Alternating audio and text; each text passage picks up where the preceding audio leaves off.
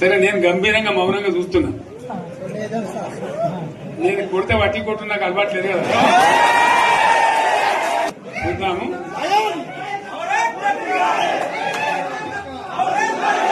నా రోజులు కానీ అన్నట్టుగా నేను చూస్తా ఉన్నా. కానీ మనోళ్ళందరూ కూడా ప్రతిపాదిస్తుంది ఏంటంటే, ఒక సంవత్సరం జరిగిపోయింది, సంగమేశ్వర ఆన్నే పన్నది, బసవేశ్వర ఆన్నే పన్నది, పాలమూరు ఉత్పత్తుల పథకం ఆన్నే పన్నది, కాళేశ్వరం అట్లనే పెడుతున్నారు. ఇవన్నీ అన్యాయాలని కాబట్టి ఫిబ్రవరి నెలాఖరులో ఒక పెద్ద బహిరంగ సభ పెట్టాలి, మీరు కథ చూడాలి అని జరుగుతూ ఉంది. కాబట్టి మీరు కూడా పెద్ద ఎత్తున దయచేసి ఆ సభకు కదిలి రావాలి. చాలా దూరమే ఉండదు. ఆ రకంగా తెలంగాణ శక్తి ఏందో మరొకసారి చూపించి వీళ్ళ మెడలు వంచి ఇప్పుడు సాధించాలి. భవిష్యత్ కోసం కూడా కొట్లాడక మనం సిద్ధంగా ఉండాలని తెలియజేసుకుంటూ, పరమేశ్వర్ గారికి అంతటి లోకమంత్రం ఇది. కోటి రూపాయల భూమి ఇప్పుడు 50 లక్షల కట్టుకోలేదు.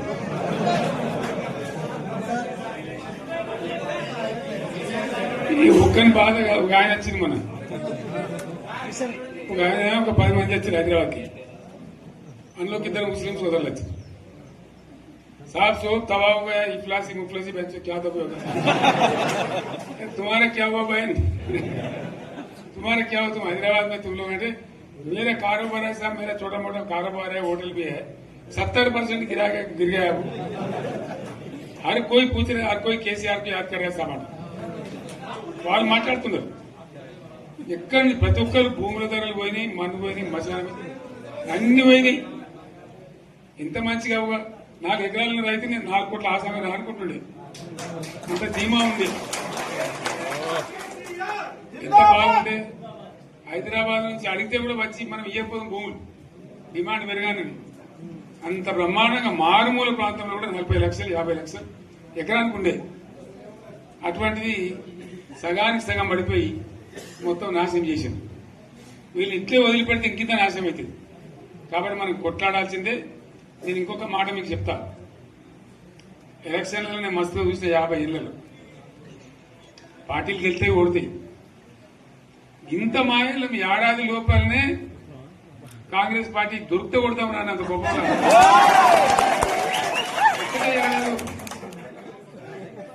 ఇంకా వాళ్ళ పొంద తెలివికి నిన్న వారి పార్టీడే మంది పెట్టాలి. అదేందో పోలింగ్ పెట్టిన వాడు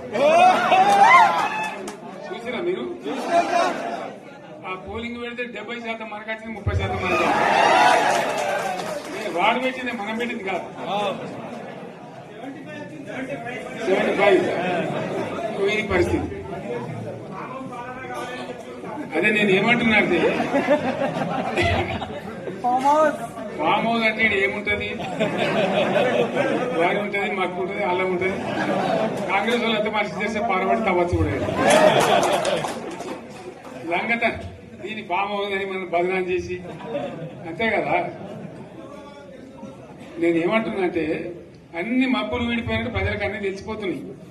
మంచి ఏంది, చెడ్డ ఏంది, ఏం జరిగింది అన్ని ఇంకా ఘోరమైందని చెప్తున్నా. వీళ్ళ తెలియదక్కతనానికి ఏమైంది, నిన్న మొన్న రిపోర్ట్ వచ్చింది. Comptroller and auditor general of India అని కాగ్ అంటారు దాన్ని. కాగ్ రిపోర్ట్ వచ్చింది. పోయిన సంవత్సరం మన గవర్నమెంట్ లో వచ్చిన ఆదాయం కంటే 13,000 కోట్ల రూపాయల ఆదాయం తగ్గిపోయింది. ఇంకా మార్చి పోయే వరకల్లా ఇంకో 3-4 కోట్ల అవుతుంది. అంటే 15,000 కోట్ల ఆదాయం పోతుంది. మన గవర్నమెంట్ ఉన్నప్పుడు ప్రతి ఏడాది 15,000 కోట్లు పెంచుకుంటూ పోయింది, చెప్పేసుకుంటూ పోయింది. ఏడాది 10 నుంచి 15,000 కోట్ల ఆదాయం పెరిగేది మన టైంలో. అంత జాగ్రత్తగా మనం వ్యవహారం చేస్తాం.